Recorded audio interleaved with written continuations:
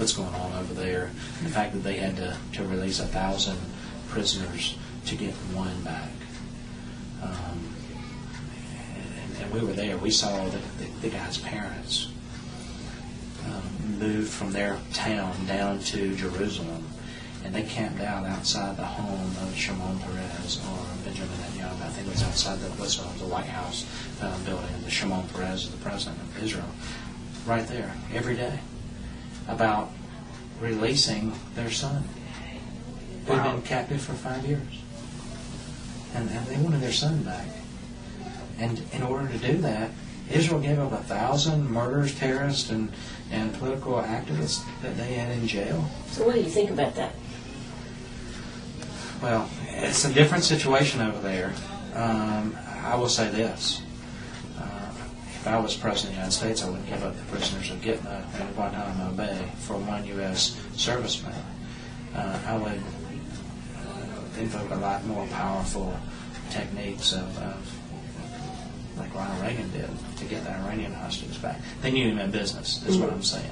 You release our prisoners, or there's going to be ramifications and repercussions. Sure. And they knew that about Reagan. They knew that he was very solid on that. He was going to live out. He wasn't just words. He was going to walk the walk. And they didn't want that.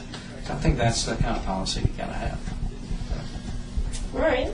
Well, we are here today at Greenwood Christian School, and you have just been out there talking to the students, and you were just sharing some of the things that, the questions that they asked and the things that you were telling there this morning. How do you find the students here? Actually, you were with students yesterday up there in Anderson. What are you seeing? I'm seeing some optimism for the future, and that's my personal opinion. They're asking some very bright, well-thought-out questions. Now, we did get the question of, what position did you play at Clemson when I was there? I tried to... General interest questions. I tried to align myself with Sammy Watkins, who I think is going to win the Heisman Trophy, but I wasn't that good. But anyway, so we're getting the general questions. But we're also getting questions about our porous southern border and what we're going to do about that. I got a question on how long it's going to take us to get out of debt. What's the plan to do that? Were you able to give them an answer? I was, yeah. I mean, it's a long-term plan. We didn't get here overnight. We're not going to get out of it overnight, even though the press wants to make you think that any plan the Republicans put forward is something that is going to be so dramatic and catastrophic. But really, the plan, Paul Ryan budgeted an example, is a 60-year plan. It changes trajectory, it gets us out of deficit and builds surpluses, and makes changes to some of the drivers of our debt and deficit and the entitlements. I don't like that word, but some of the programs that are causing that. Mm-hmm. It's a long-term plan. So I shared that with them a little bit, that we didn't get here overnight, and that's going to take us a while. I also shared with them what $1 trillion is, how much money that truly is, and the fact that if we were going to get serious with our debt, now let's say I owed you money, and I owed you $15 trillion. And I decided I was going to pay you, and I decided I was going to give you $1 million a day.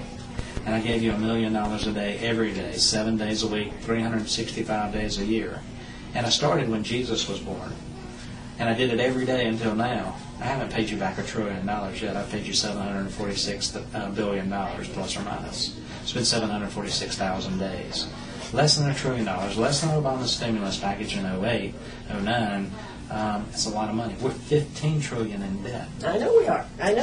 When I shared that with them, you could kind of see the lights go off a little bit. I'm like, wow. I still think they have a hard time comprehending. I think adults have a hard time comprehending that. Yeah. So if we paid back at $1 million a day for that long, we hadn't paid back $1 trillion yet, and we're $15 trillion in debt. That's over 2,000 years worth of days worth of $1 million payments. It's going to take us a while, yeah.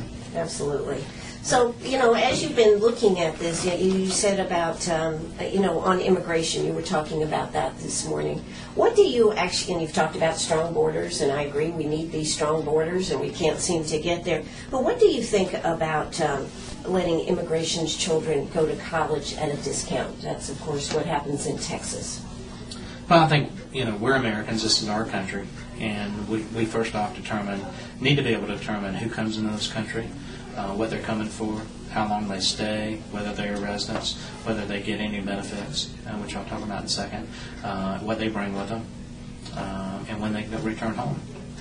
And I think we can do that by securing our border, and that comes with fencing, that comes with electronic surveillance, that comes with line of sight towers, that comes with personnel on the border, that comes with drones. It's an all-inclusive approach. Well, what do you think as far as those that are already here? Well, those that are here, if they're illegal, I think there are ways to make them go home. And I think it'll take a while. I think there are things that we can do, but I also think we've got to address the legal immigration of folks that want to come here just for a job and want to work, and find ways that don't lead to citizenship, that allow them to come here and do the jobs of picking the peaches in my area, but not be scared they're going to be rounded up with all the illegals. The ones that are here legally shouldn't be fearful of being deported with the ones that are illegal. We're talking about illegal immigration.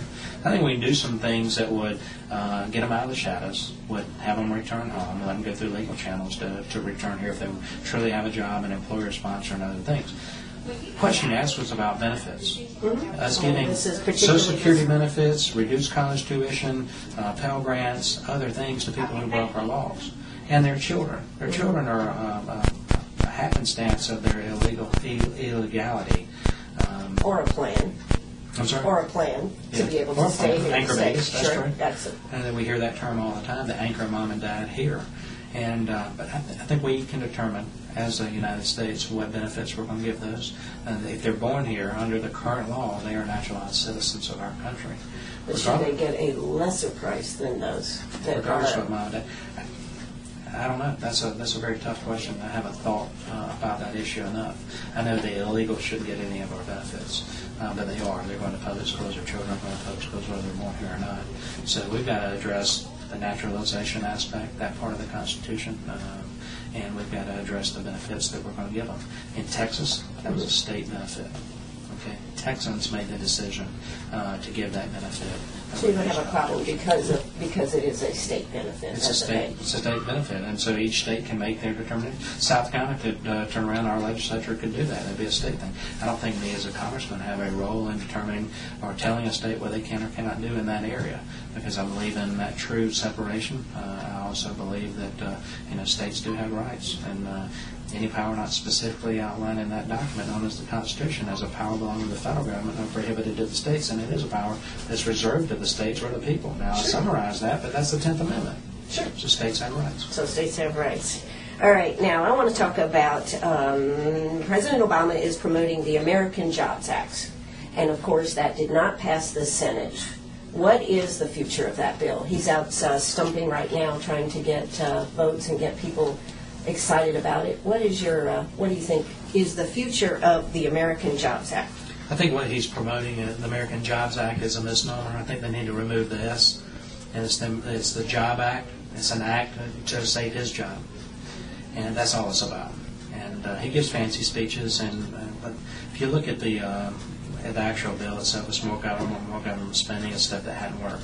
The stimulus package didn't work. This growth of government hasn't worked. And I travel a lot around in this job. The only place I see construction cranes is in Washington, D.C. I stood on the back of the Capitol the other day and I counted 9. I don't see those construction cranes in Greenville or Columbia or Charlotte or Atlanta or Orlando or Nashville or Memphis. I see them in Washington. That means government's growing. They're building the support structures for a large government. And so we've got to, in my opinion, what the Republicans want to do is get government to back off a little bit. That's fair taxation. That's regulatory policies that are fair to businesses where they can make certain decisions long term. And that's a litigation policy that doesn't find the government suing a company like Boeing for making that decision.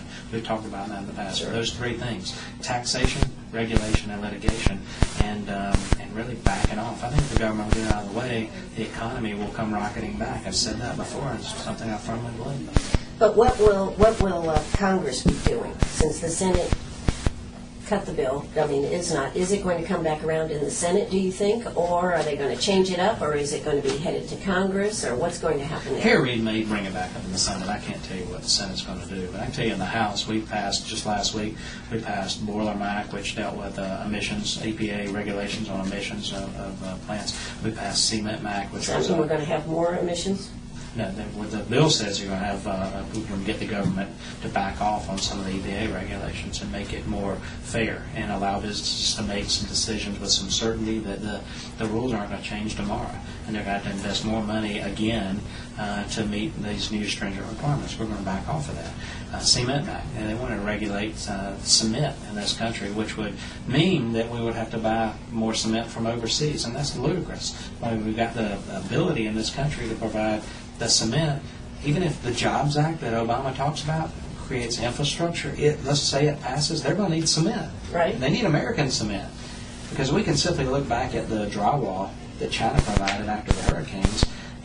Thousands, tens of thousands of houses had to have the drywall removed because it was bad sheetrock. Sure. It was tainted with formaldehyde or something, and it was making people sick, so they had to go in and remove all it. That came from China. Our cement would come from overseas somewhere. So, these are things we're doing. We're great at importing stuff, aren't we?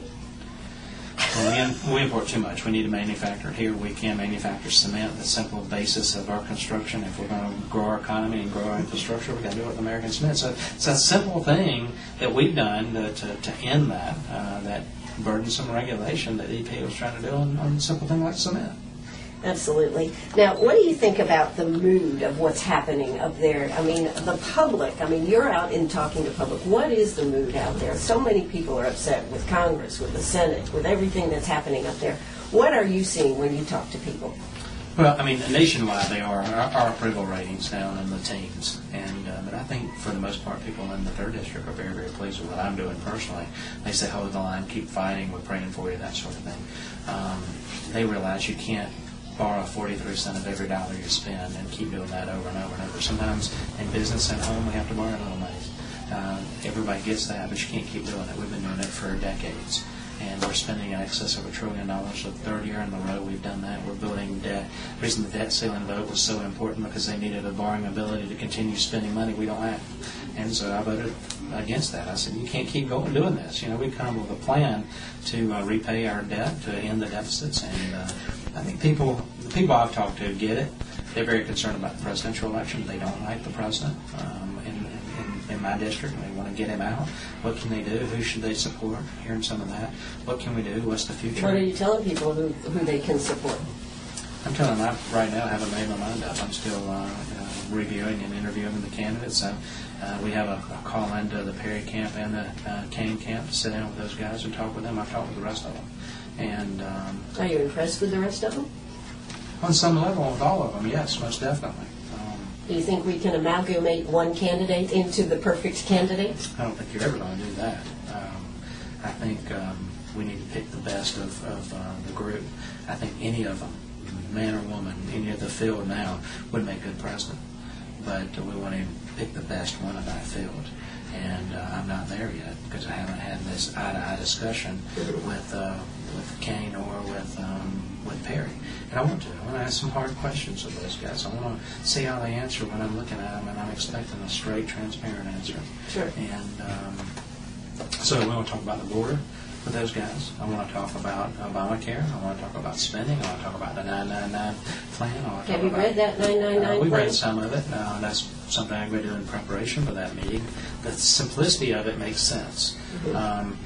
I think he needs to do a better job saying, hey, guys, it's a plan.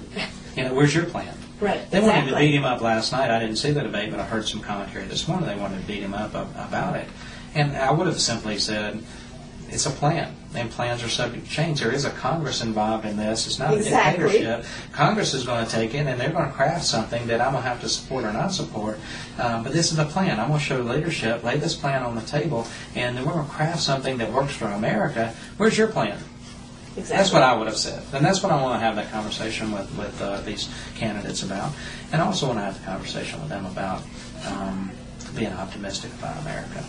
I wanted them to talk about American exceptionalism, to instill hope in Americans about the future, to communicate that really well, and instill that hope and inspire these children and people my age that are creating jobs, whatever, inspire them to continue to be that next Steve Jobs, okay? And say government's not going to get in the way of you creating that next, gadget that's going to, set the world on fire. We want to help you. We want to help you be successful because you're going to create jobs and you're going to pay income taxes and your employers are going to pay taxes, and our economy is going to thrive because the government didn't interfere with you. What do you think about what's happening in South Carolina? I mean, we have to be the tire capital of the world now with all our expansions of the tire companies I'm on here. film, but I'll go, woo! That's great, because I think it is great. It is great. You know, Bridgestone's in my district, okay? And we're very thankful for them before. We're more than doubly thankful for them now with this announcement, and then Continental Tire down in the other part of the state. So it's because we've got a great workforce. We've got a great quality of life in South Carolina. We also have a fair tax system in the state compared to other states. We're a right-to-work state. All the good things that you see a Bridgestone or Continental or a Boeing factor in when they make their decision to locate here, and they choose South Carolina. They were business-friendly, and they like that, and we like that. Absolutely. Because we're putting my South Carolinians to work. Well, you know, our unemployment is not the highest, but one of the highest in the nation. So this is something that eventually is going to make it turn around. No doubt. No doubt. Anytime you can create that many jobs, you have $1.5 billion investment. I mean, that's incredible. That is incredible. So what's on tap for you the rest of the week? We're doing more of this, more meetings with not with Christian School like Greenwood Christian School, but individual meetings, plant tours. Talking about textiles, talking about the free trade agreements that we voted on last week and the impact of that, talking about taxation and tax policy, just touring, learning more of the people, learning more of the constituents, and getting them to know me as well, and sharing ideas. That's what it's all about. I'm a listener. We've done these listening tours. We're trying to truly understand the people that I represent and let them know where I'm coming from on some past votes and what we are going to be looking at in the future. Okay, well, that sounds great. Well, we could talk more, but I know you're busy, and I appreciate you taking time with us, Congressman Jeff Duncan. Well, Ann, thank you. I appreciate you giving me the opportunity, and as I always say, I love Ann. Thank you very much, Jeff Duncan.